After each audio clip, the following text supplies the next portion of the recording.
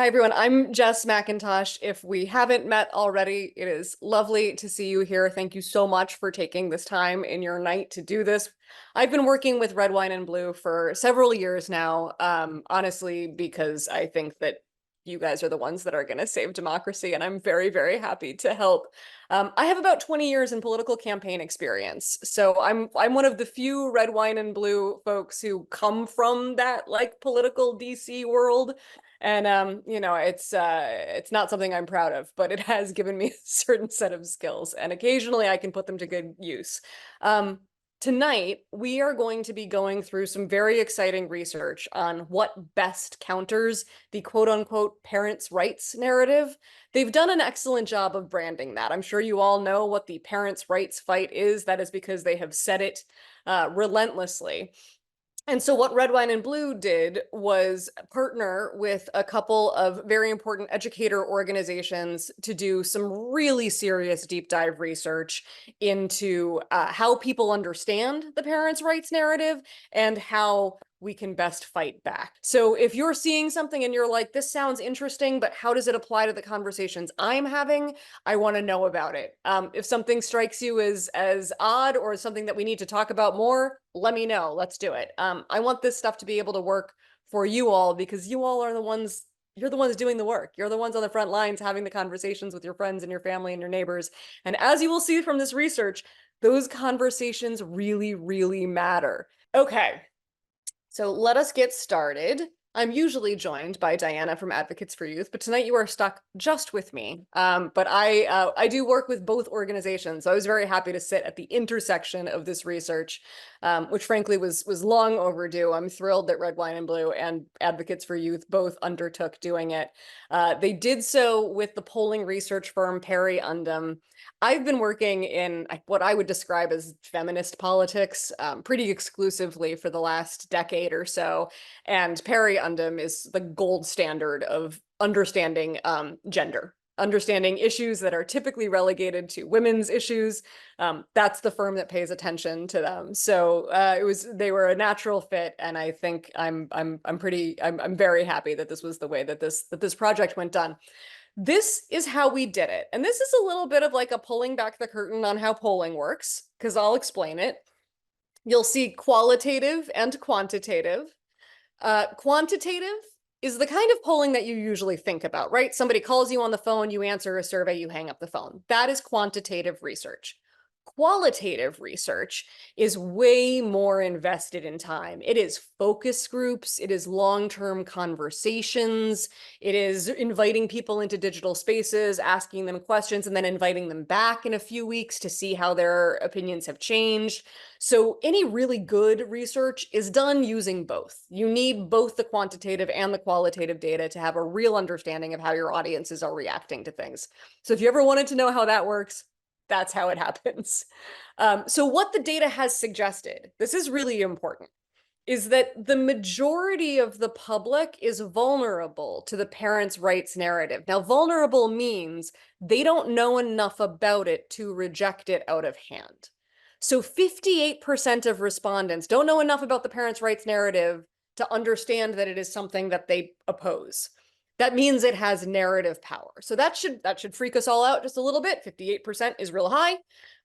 But it also offers us a major opportunity, and that's where you all come in, which is because most people have not heard a lot about the topic, that means there is space for a narrative to unfold and take hold. Now, that narrative can be theirs or it can be ours.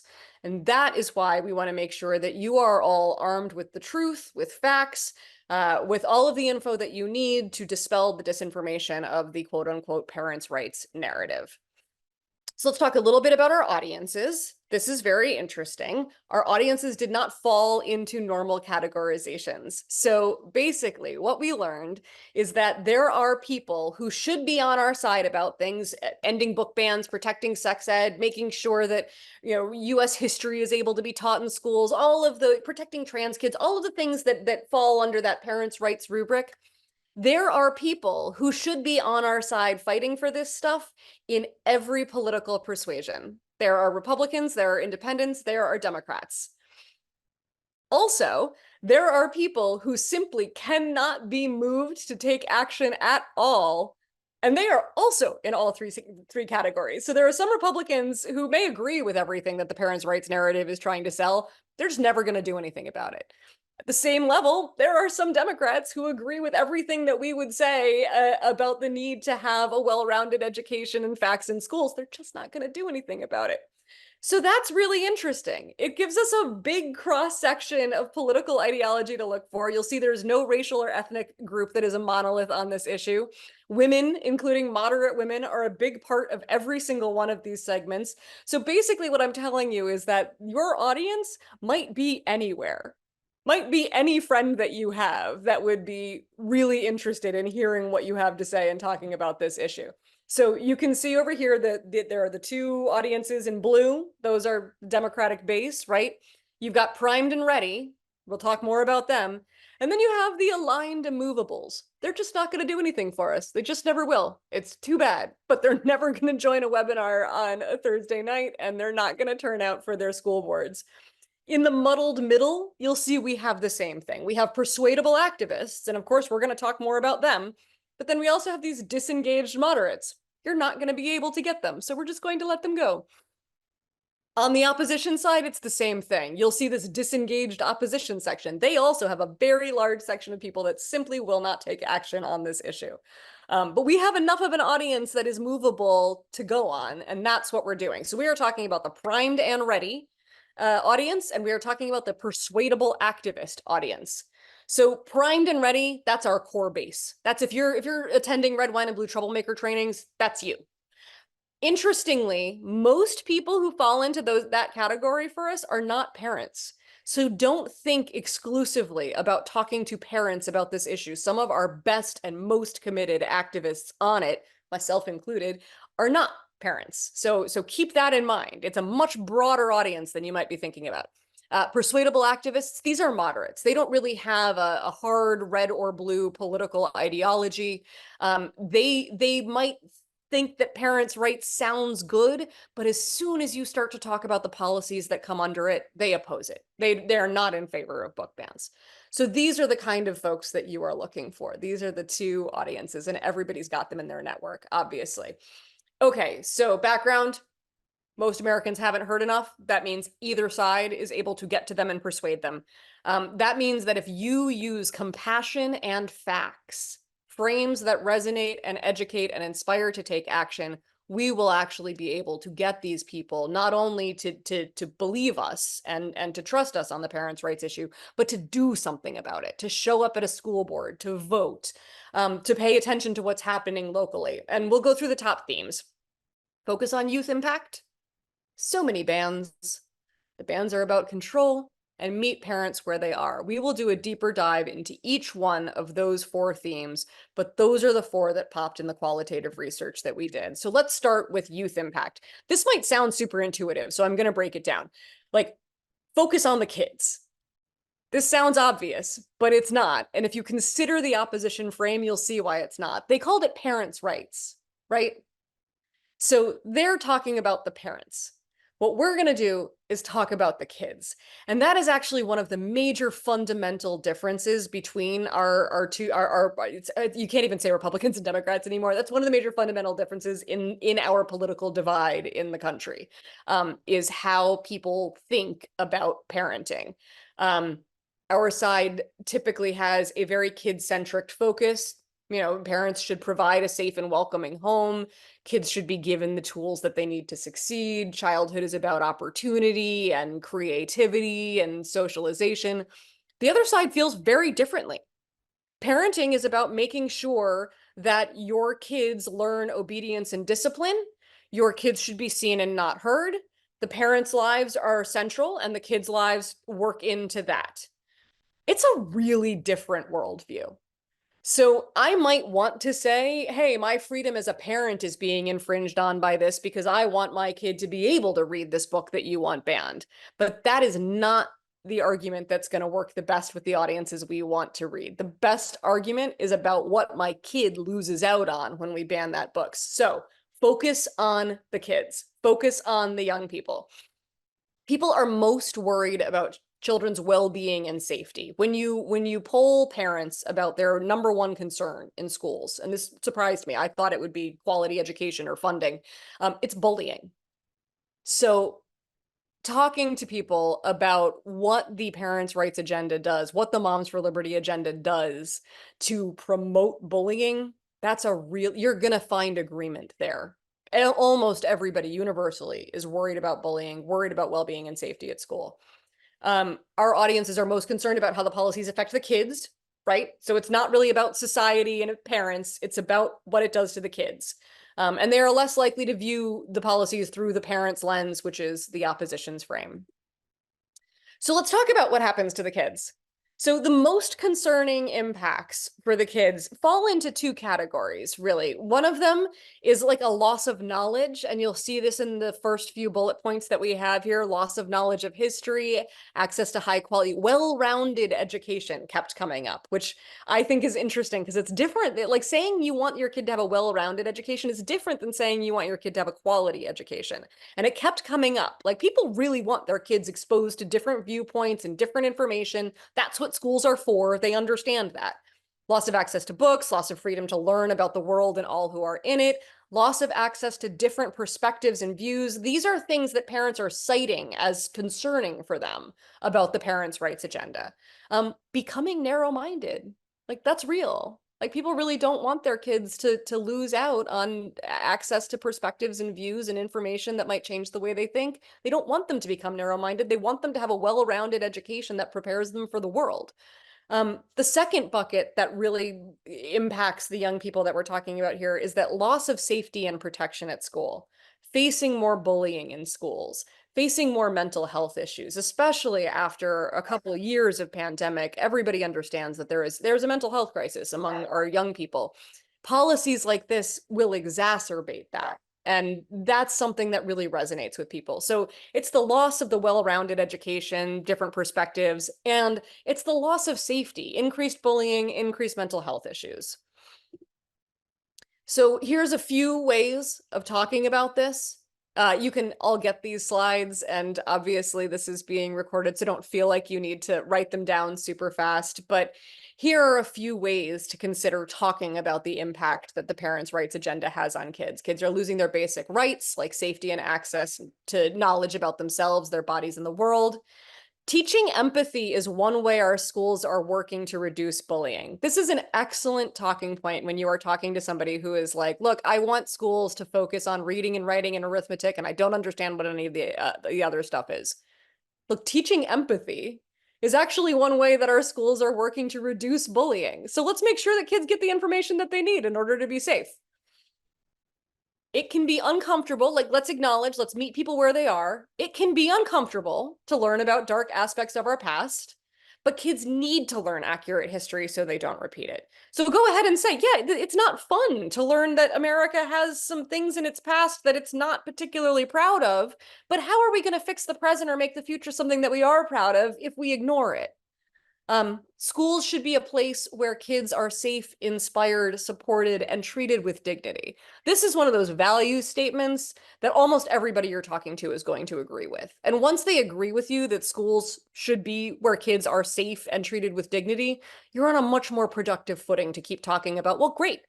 How do we make sure that schools are places where kids can be safe and treated with dignity? It's just a much more productive conversation.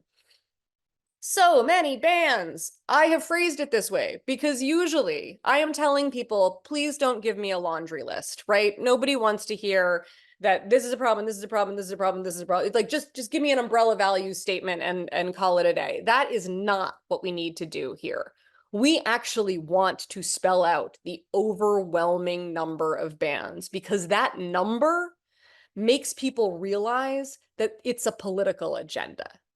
Like if there was just one book that parents were objecting to, people might think, well, all right, we should probably check out that book and see whether it's an issue. But when people understand that there are bans on lessons teaching empathy, bans on classics, bans on LGBTQ authors, bans on sex ed, then they start to understand that this is not about parents having an issue with any one book.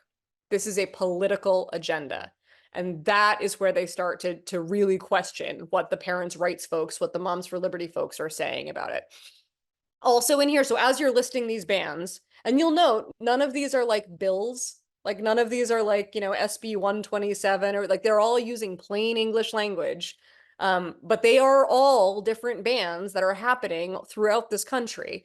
There's also one in there requiring bodily inspection and period tracking for all girls. It's one of the grosser parts of this agenda, but if you want to make sure that only cis girls are playing on a sports team, you have to enforce that in some ways. And the ways that they have tried to enforce it in Ohio and other places is by requiring bodily inspection of kids and period tracking for the girls. So add that. When you're talking about all the bans, make sure people know that that's happening too. Like it really just drives home. This is a gross political agenda and it really hurts our kids. That's the point. We want people to get that it's a political strategy. So don't be afraid to do the big list. It really does help people get it. It helps them understand that the bans are about control. The bans are actually not about, getting harmful material out of schools. Obviously, the bans are not about, making sports safe. The bans are about controlling you, because that's their political strategy. So our audiences understand that when they see the sheer number of bans, they start to get that it's disingenuous, and they understand that the connective tissue is control. Our audiences think it's about control over people, control rooted in religion or white supremacy. That came up a lot in our focus groups and our qualitative research, and political power. People are doing this because this will help them maintain political power. That's sadly very understandable for a lot of folks. So these quotes at the bottom, they came from our focus groups. People were just volunteering these. Like these are coming from our audiences. So like people really get it. I was shocked to see they want to keep white supremacy. Like usually you really have to connect the dots for people to see that what is happening here is a white supremacist agenda, but people were already there. They want to impose their religious beliefs on everyone. People are already there. But I would keep it to control and to power. If you want to take it into the other directions and your audience is with you, go ahead. A lot of people are already there, but letting people know that the bans are about control, the bans are about political power. This is disingenuous and it's hurting our kids. That's the message that you want to use. So this is, again, sort of giving you an example of how this works in the wild. Since 2020, there have been over 1,700 book bans in the country. Go ahead and give that number. Hundreds of laws censoring X, Y, requiring period tracking and bodily inspection of girls, putting LGBTQ kids in danger. Like, give the list. The folks pushing this agenda call it parents' rights. It is a political strategy. It is funded by far-right activists at the national level to gain power and divide and control people. It's helpful to tell people what's happening. Like they can see it, they like you can't just say none of this stuff is real, we need to ignore it. Let people know what's happening. National groups, far-right activists, a lot of money is coming into your communities, and it's about maintaining political power for people who likely don't even live there, and they're doing it at the expense of your kids. The third bullet, very helpful when discussing specifically the bans on trans kids. A child's hormonal makeup or healthcare is not our business. People really resonate with that. This is between parents, their child, and their doctor. All young people, including trans and non-binary students, deserve a safe environment where they can be themselves in peace. And I want to hang a little bit of a pin on that very last sentence, because what they're doing there is very smart. This was developed. If anybody wants to get super nerdy and Google race class narrative, this was developed to help bring people into the awareness that helping a marginalized group sort of helped everybody. So it was originally developed in order to help like white working class folks realize that if we're helping Black working class folks, we're also helping them. If we're helping working immigrants, we're also helping them. So the construct is basically this: all workers, including Black workers, deserve a living wage, right? So you'll see that construct at the end of this sentence. All young people, including trans and non-binary students, deserve a safe environment. And I spell that out because I know you all have these kinds of conversations a lot. So when you get stuck with you're talking about a member of a marginalized community that your audience might not be a part of, remembering to say, look, everybody who lives here, including Muslim families, everybody who goes to this school, including trans kids, that's a way to phrase it that really invites people in. It seems to make them feel like they are a part of the solution, which is of course what we want. Okay, meet parents where they are. Like, it is a hard and scary time to be a parent. Please acknowledge that. Society is moving real fast. Technology is moving even faster. We want to keep our kids safe and protected. The answer is not bans and censorship. Like, meeting people, let people know, like, you get it. It is really, really hard to be a parent sometimes. And the fact that technology is moving fast is one of the reasons why we need to keep our education system so well-rounded. These kids are getting bad information all the time on their own. We need to make sure that that there is good information for them to get in schools. Let's provide students with accurate, age-appropriate sex education, while continuing to allow parents to opt out if they choose. Now, I don't think parents should be opting their kids out of sex ed, but the fact is, you are allowed to. In almost every single school district, I haven't run across one that doesn't. In some cases, you're allowed to opt out of specific questions on specific lessons. Like, sex ed is one of the most transparent curriculum we have. So telling people that we're going to give kids accurate information and allow parents to opt out if they want, that really helps to shine a light on the fact that this is a disingenuous political strategy. Like, if it was really about protecting people, allowing the opt out is all that needs to happen, right? So let's reject politicians who are riling people up and turning people against each other just for political power. All right, I wanted to get a little bit more into specifically trans issues because I know that this is where the flashpoint usually lives for most people. There is, of course, an enormous education gap on this one, and it is okay to acknowledge that. A lot of people, so here's a statistic that brings me a lot of hope, actually. It was a poll in the Wall Street Journal, which is like fairly conservative. And it said that 64% of American adults do not want trans people to be discriminated against. And the reason why this gives me hope is because there is no chance that 64% of Americans understand what being transgender is. They don't know a trans person. They could not explain to you what the trans experience was. They don't have thoughts on gender, but they still don't want people to be discriminated against. Like, that's what gives me hope, because I think the other side wrongfully conflates I don't understand something with I am afraid of something. And luckily, I don't think our side is really doing that. So if we're talking about keeping trans kids from bullying, almost everybody is on your side. Whether they understand this gender stuff or not, they don't want trans kids to be bullied. So please do remember that. Like, you don't have to be an expert on these issues to want to stand up on behalf of all kids. In fact, our audiences had two main questions when we asked about trans youth, and neither one of them were demonizing. How and when did they know was the first one. And the second one was, how can we support them? So when you think about this being a controversial issue where people have a lot of questions surrounding this, how and when did they know and how can we support them? Those are the most common questions that people have. So again, the number of bans is overwhelming.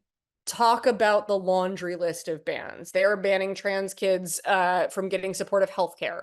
They are threatening doctors with crimes. They are banning trans kids from school sports. They're banning trans adults from healthcare. They're banning trans people of all ages from bathrooms. They're banning trans adults from updating driver's license. Have a little list in your head of the 4 or 5 that make you the maddest. That way you can tell people, look, this isn't about, I mean, and we'll get more into this because we're going to talk a little bit more about sports specifically, but there is a very small population of Americans that are being absolutely demonized by thousands of bans across the country. In Alabama, there is actually a ban on trans kids in sports that affects 1 student. So reminding people that all of this is here for a very small part of the population really exposes how disingenuous a political strategy this is. Okay, so again, this is it in the wild. In the past 5 months alone, 82 laws have been passed. There are more bans on kids playing sports than there are trans kids playing sports at this point. And this second bullet is a very good, this is sort of that race class narrative thing. Just like other parents, the parents of trans kids want their kids to learn and grow and play sports if they want to. These politicians have no idea what parents of trans children go through to understand, help, and support their kids. So go ahead and humanize the family. Just like every other parent, these parents want a safe and welcoming environment at school. And just like every other kid, these kids deserve it. Okay, let's talk trans girls in sports, because if there's a flashpoint within this flashpoint, it's this. So the good news is there's an answer. There's a clear, the research put up a very clear answer. It has 3 parts. This is it. The first one is to remind people every child's body and athletic potential is different, especially at these ages. We have all known girls who were taller than the boys. We do not make the tall boys sit out so it's fairer to the short boys. Every kid's body and athletic potential is very different, especially at this age. That's point 1. Point 2, there is no scientific evidence that the average trans girl athlete is any bigger, stronger, or faster than the other girls. Now, I am not comparing large groups to other large groups. I'm not comparing every 12-year-old, every trans 12-year-old to every cis 12-year-old. I am comparing the average trans girl athlete. And remember that one kid in Alabama? You aren't talking about every trans girl in high school. You're talking about Felicity, who wants to play field hockey. And there is no evidence to suggest that Felicity is any taller or stronger or faster than any other girl on the team. The numbers are so vanishingly small that you're talking about picking out one kid. And there's no evidence to say that that one kid is taller or faster or stronger. That's just not how kids' bodies work. The third point is that it's just to remind people that the point of school sports is actually not athletic prowess. It is to have opportunities to grow, learn, make friends, be healthy, competition, have fun, reminding people that, like, that's what we're talking about here. Okay, so every kid's body is different. There is no scientific evidence to suggest that any trans girl athlete is any bigger, stronger, or faster than anyone else. And the point of school sports is to have fun. Those 3 points really work. They're all true. They really help reframe the conversation. They really help make it, as insidious as it is that they're going after this very small number of children who, already have it kind of tough. Okay, so here's what happens after people hear everything that I have just showed you. Take a look at our primed and ready, that top number. So before all of this messaging, we were at like 36% likely to take action. After it, we are at 61. That is a massive change. So if you can find these people, and looking at our persuadable activists, 42 to 54, if you can find these people in your life and talk to them about this, you will get them. Like, you will get them to take action. They're there. This absolutely works. And the fun thing is, it doesn't really cause the other side to take any action. It actually kind of depresses the other side.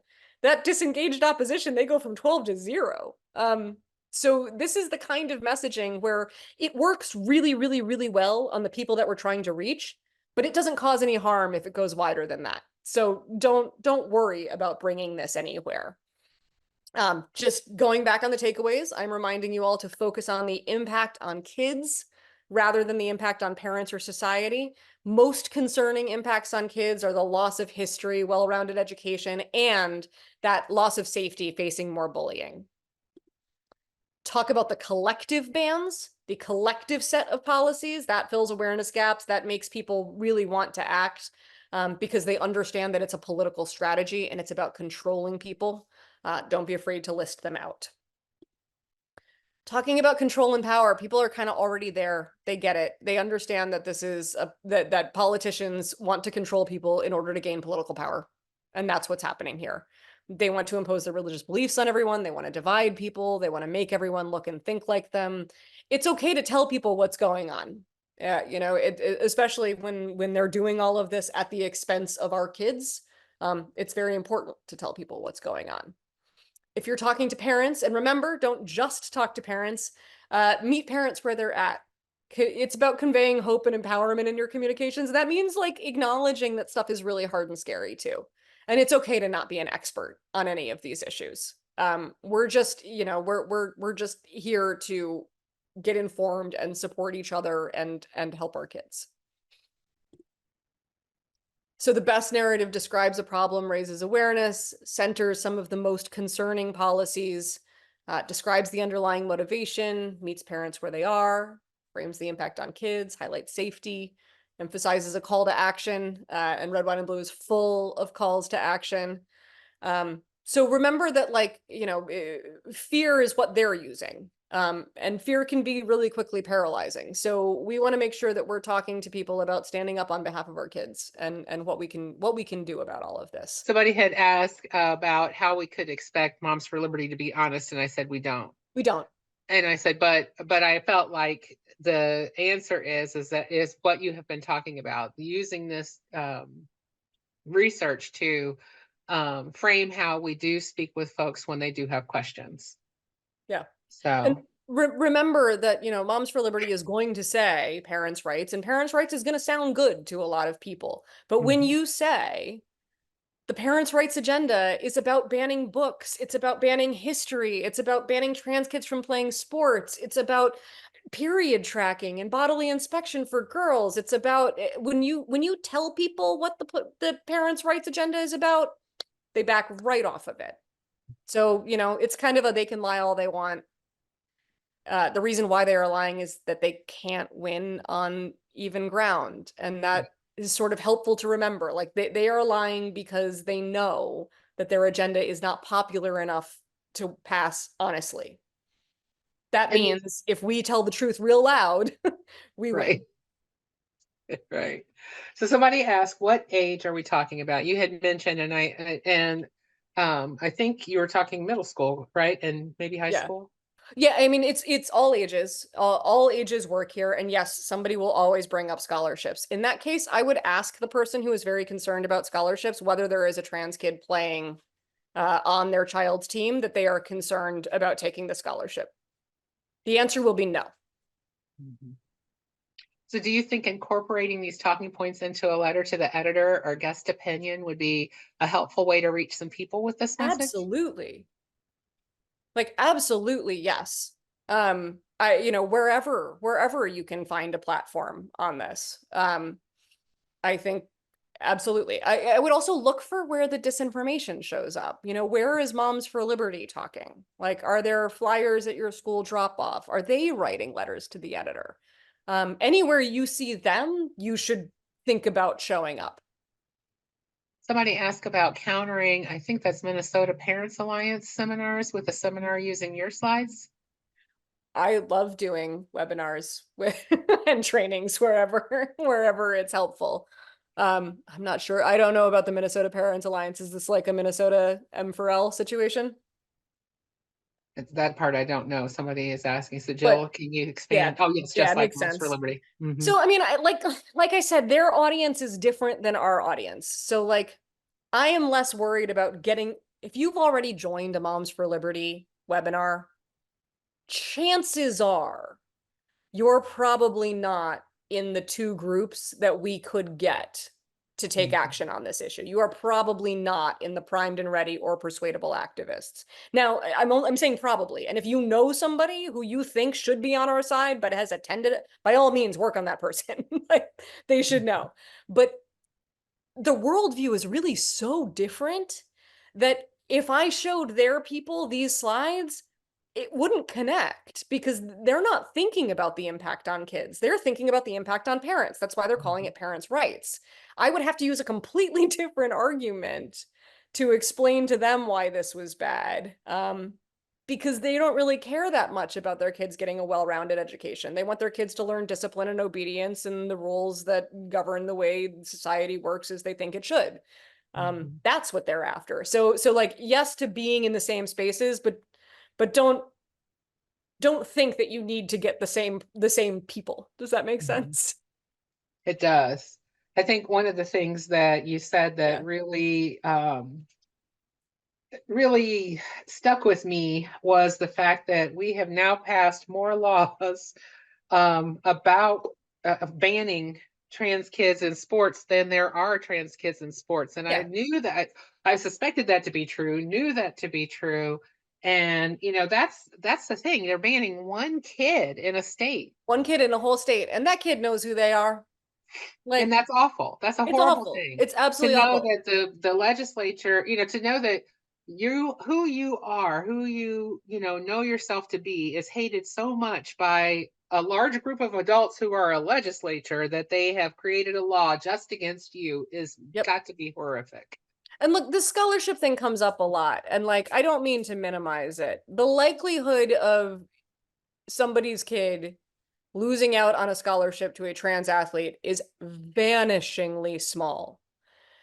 But even with that said, at the very highest levels of athletic competition, people are asking questions like this and they are having conversations. It's the same conversation that happens every time you find out that like Michael Phelps has webbed feet or like whoever has the DNA that like this is happening all the time with elite athletes. Their bodies are slightly different than everybody else's and it gives them an advantage. So the Olympics talks about that. They should talk about that. That is the right space for that conversation. And possibly when we're talking about college scholarships, we should be, but if that's the case, we need to be talking about every bodily advantage that anybody might have. Are you worried about the kid who's on the team whose parents are both 6'5"? Like, should we talk about that? But the truth is, like, yes, recruiters know what they're doing. And the truth is, the possibility that your child, that anyone's child loses out to a trans athlete is so small. And if they do, it is probably because the trans athlete was better. Sorry, not And I helpful. will and I will say too that this is a recycled argument Yeah. because this is the same argument that was said about affirmative action, Mhm. about making it more fair for kids of color to get into colleges. This is the exact same argument. This They're is running the just same a playbook. It's the different playbook spin. they have. Yes, yes, it is. In They just fact, recycle it with the new whatever it is they're against today. this argument was made against Black athletes when we were talking about integration of school sports, even. Yes, that is correct. It was. Yeah, they do it because it works. Mm-hmm. Mm-hmm. Mm-hmm. But, when they have to lie, when they have to get you really, really scared about a thing that's not going to happen, like it might work, but it's not sustainable. And that is why, we don't have that conversation about Black athletes anymore. Like that is why, progress does get made. It is tough when you're right in the middle of it, and we are right in the middle of it. But it does get made. Oh, Um, yes. Thank you, Deborah. As a child with, let's say, flexible gender presentation, I think about this a lot. Like when you start prescribing gender presentation, think about what that does. Think about like, let's go to youth impact. Let's think about loss. Kids lose the opportunity to express themselves. They have to think about, who's to say whether your daughter going to school in baggy jeans and a hoodie is dressed like a girl or not? Who makes that call? right. We don't want to take that away from kids. And I think that that's frightening. I do. I would, Yeah. my kids are adults, but I cannot imagine someone saying that they are going to pull my children's pants down to check to see what they are, what they were. Right. I cannot tell you how much that would put me right clean over the edge. Hmm. Yep. I just don't understand that. Yeah, no, I cut my hair off to look like Luke Skywalker as soon as I was 5. I kept it that way. Um, yeah, I mean, there are a lot of kids who present all kinds of ways, maybe they're non-binary, maybe they're trans, maybe they're a tomboy. Who cares? They should just be able to be kids. So the Do I think question the trans here, oh, go ahead. I was going to say, do you think trans